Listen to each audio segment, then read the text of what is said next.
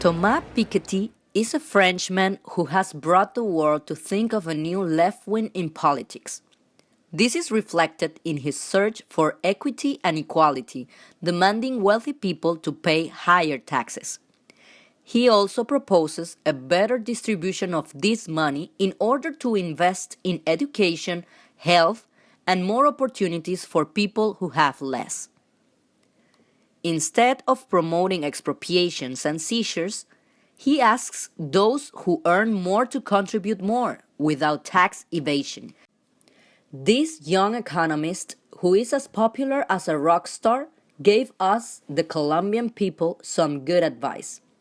He says the institutions and politics should be the ones to generate the change, and they should try to close the inequality gap.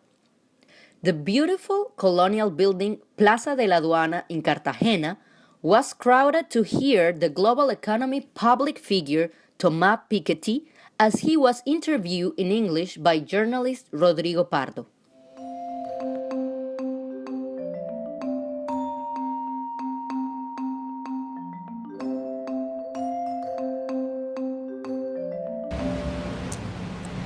Well, first of all, I would like to say how happy I am to be in this festival in Cartagena, which I had heard a lot before, and I'm really very impressed by everything I see.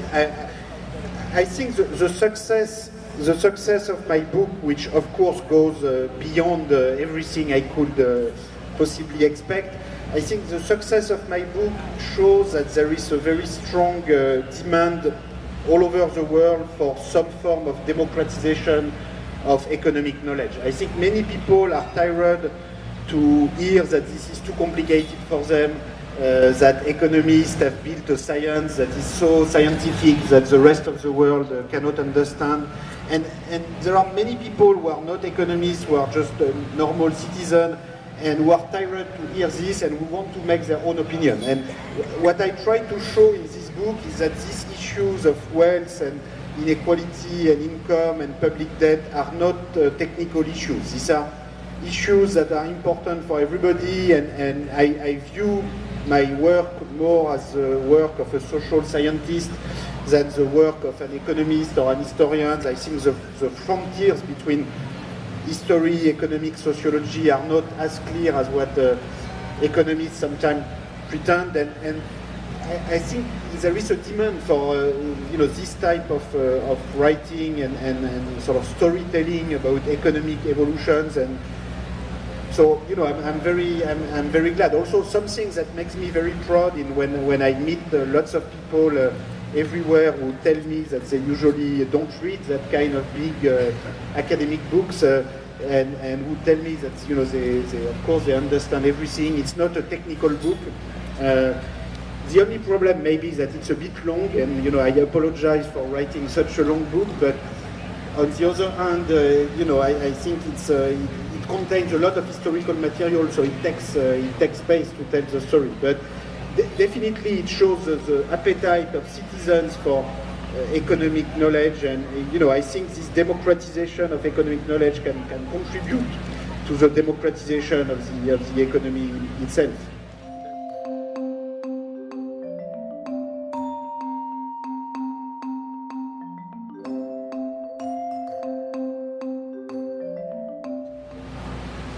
Well, I hope I have contributed a little bit to growing global concern about inequality, but certainly I believe in the power of books and ideas, which I think can contribute to political change. But we have to be modest. I don't think it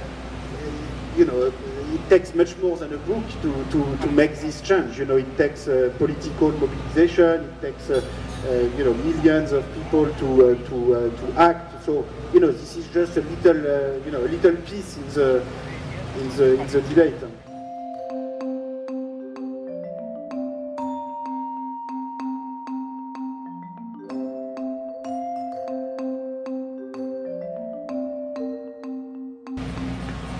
Okay, so what's new, I think, in my book is that for the first time, thanks to a very collective international research project, we have put together a lot of historical data on inequality, income inequality, and also inequality of wealth and property. And there are many different mechanisms that play an important role to explain what we observe. And indeed, one of the mechanisms which I highlight, which is not the only one, but it's one of the important mechanisms, is the idea that the gap between the rate of return to capital and the growth rate of an economy is one of the determinants of the level of concentration of wealth in a society. So to understand this notion of R and G, maybe it's easier to go back through time and to consider the case of pre-industrial society. So until the Industrial Revolution, the growth rate was close to zero. And so R bigger than G was obvious because the rate of return to capital was typically 4 or 5% per year. This is something you find in all the literature. You know, you open novels of Balzac or Jane Austen or any novel of the 18th and 19th century, and you will see, although they don't say it like that, they don't say R bigger than G, but it's completely obvious because everybody knows that growth is close to 0%, and the idea is that the rate of return is of the order of 4 or 5% per year.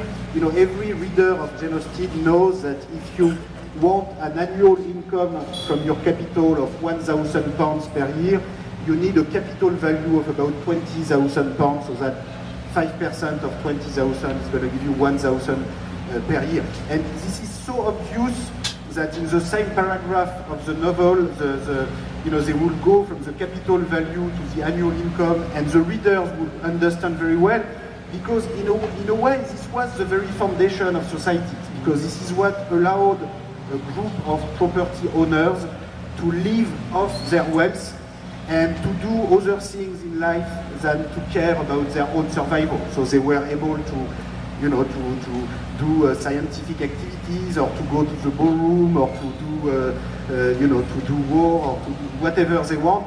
And this was the very foundation of society. This is what allowed a group of owners to sustain and to preserve a very large level of concentration of wealth. Now, one of the main conclusions of my historical research is that modern industrial growth did not change this basic reality as much as one would have expected. So the growth rate increased, of course, from 0% per year to maybe 1-2% per year in the long run. But at the same time, the rate of return to capital also increased with the new manufacturing investment, new financial capital. The long run rate of return on the stock market is of the order of 7, sometimes 8%. So that in the end, the gap between R and G was not really reduced. And it is only during the 20th century, because of very violent shocks like World War I, the Great Depression, World War II, the Bolshevik Revolution, that the rate of return to capital after destruction, after expropriation, after taxation was reduced to levels that were lower than the growth rate. Also because during the 20th century, the growth rates were particularly high due to the demographic transition, which now seems to be over, with population growth going towards 0% in the 21st century. Productivity growth also seems to be declining. So in a way, this was a very particular period between 1914, 1945, or even 1914, 1980, if we include the post-war reconstruction period with very high growth rate. But this very particular period lasted for very long, because the wars of the 20th century were particularly destructive. The reconstruction period was long. The communist period, the period of communist revolution and Soviet Union, also changed the equilibrium for a very long time. Now, after the fall of the Berlin Wall, and after the Reagan-Thatcher revolution in the US, UK, after financial deregulation, we have come back to an era of unlimited phase, sometime in self-regulation of markets, and to an era where again the rate of return to capital, at least for large financial portfolios, is quite substantially larger than the growth rate. So this doesn't mean that we will go back exactly to the same kind of inequality structures than in the past. In particular, we are a lot richer today. Living standards are a lot higher. So I'm not trying to be apocalyptic. I'm just saying that there are some deep forces pushing toward high concentration of wealth, which are back again. And this logic of R and G is one of the ways to understand this process.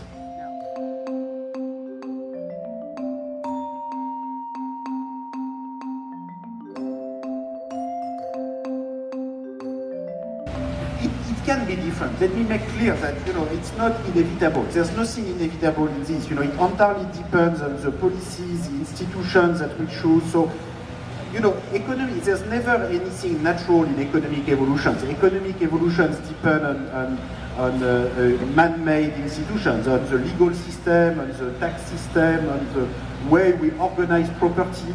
So there are many ways to sort of go beyond this logic of inequality.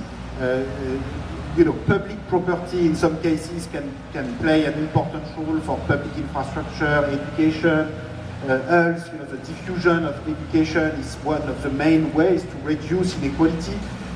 You have also progressive taxation can be a way, and it has played an important role historically to limit the concentration of property.